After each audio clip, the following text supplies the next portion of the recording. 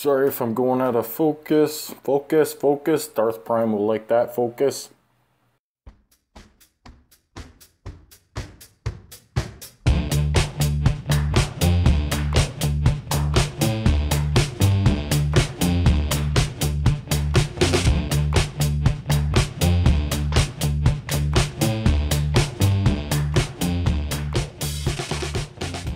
If you guys are anything like me, all it takes for Hasbro is to slap the name of your favorite character on a box and you're gonna buy it. Just throw the money at them. And that's what I do. And that's when it's Ironhide.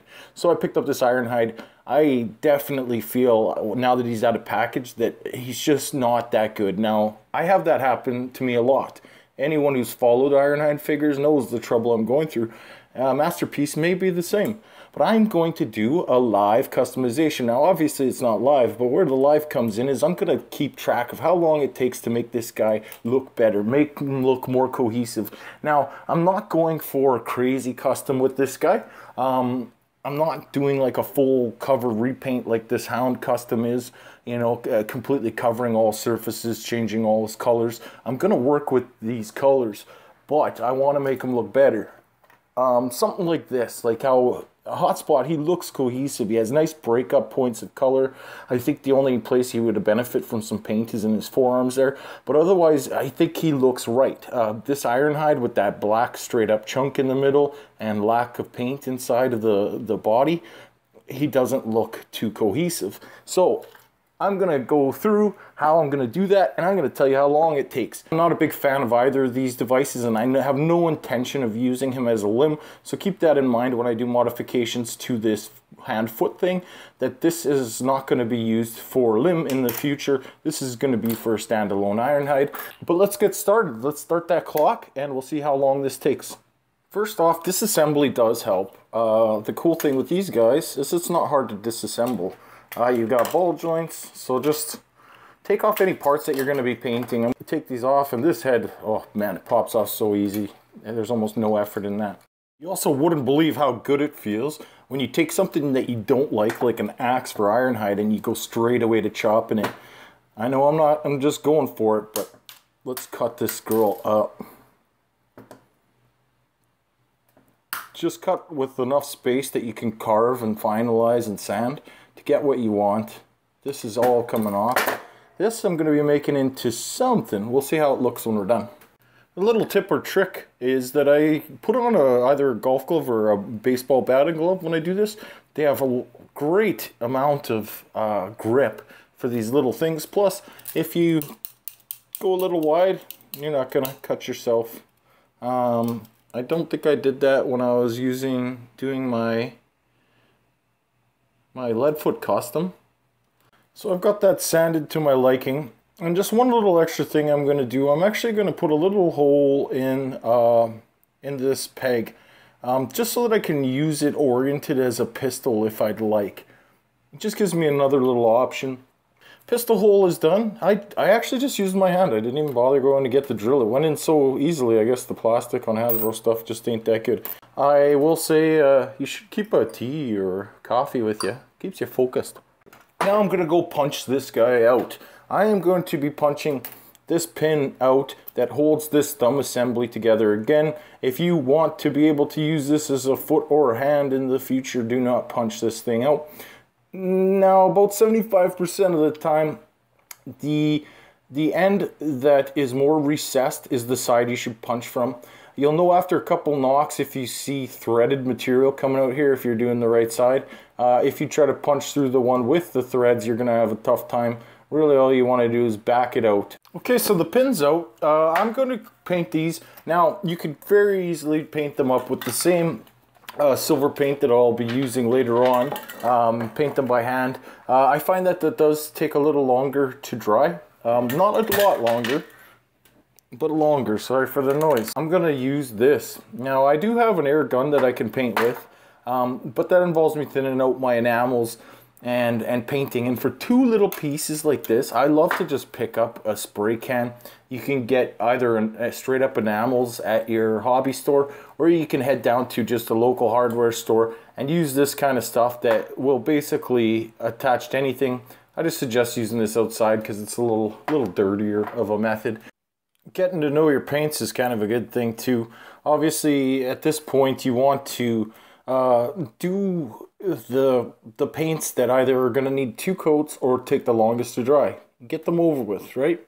This is a turn signal amber color that I'm just going to add, and just take your time with your painting here. This one is definitely a 2-coat style of paint. It doesn't take too long to dry. It stays fairly tacky, but I'm going to be adding that to his tail lights and his headlamps, and I guess what to me this part looks like fog lamps.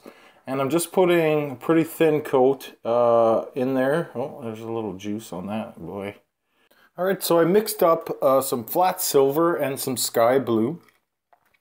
And I've got it to a point where I think that once dried, it's going to be very similar to the metallics that's on there.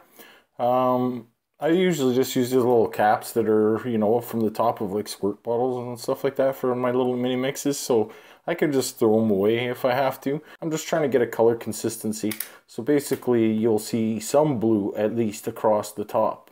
Flat black will be next. I will basically be doing quite a bit of the torso stuff so that the combiner peg doesn't stick out. I'm going to be doing in there, doing these little creases under the chest panel, doing his shoulder plates and even his hands. And you know, if you're doing something in a speed method like I'm doing, just try not to touch anywhere that you've painted already, right? So I got the blacks done. I'm just applying some flat steel, like you see there, into here. Take your time, people, take your time. By the way, since we're here, let's get rid of this silly little number, this serial number. Take some alcohol, a little dippy, and just give it a good rub down. It can take a minute or two. That actually only took about 30 seconds. Nice easy one to rub off. I could use another coat of the amber, but you can see it's kind of standing out, you know. Let's put that in there. What a fit. Get in there. You can still do that, and now you don't have a thumb hanging off the back, you know, if you're curious about that. But my intention was to be able to turn it around because these look like exhausts, right? So let's see if we can do that. I think we can do that. That was my measurements. There it is.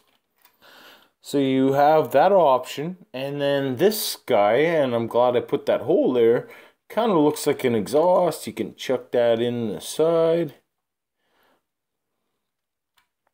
And he looks like a Juice Monkey type of truck. I'm cool with that. But I think he looked cool before. Look at the reflective qualities of this paint. You can see glares. I look like J.J. Abrams' video. Do you see that? I see it. God damn. That's sexy. This reflective paint they used is goddamn sexy. So here is my intentions for Ironhide completed. You can clearly see where my modifications were going. You probably were wondering originally, but my idea was to put this guy as storage in that backpack. That backpack is not going to fold down any further than it already is, so why not fill up those gaps? And this guy, I turned into sort of a pistol type of thing. Just to kind of mimic, I guess, the movie look, I guess. And then the breakup parts were to get that blue across his chest, get silver, get black, get red. I find that combiner port is less noticeable now. Even his hips, I think, actually really help because there's black all through there, and then his legs are silver. So I think he's just a more cohesive bot. Is he fantastic? Probably not. I don't think you could even paint the entire surface of this bot and say he's fantastic. You could do a world of work, and I don't think you're going to save this bot. Let me get a comparison out of the way. Here he is with Huffer, who I really enjoy.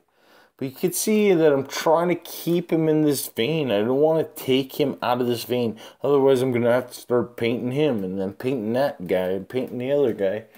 You get my point. Oh, and by the way, you can still use this as a beat stick if you just want him to have a beat stick. That works. There's my look at a quick customized Ironhide.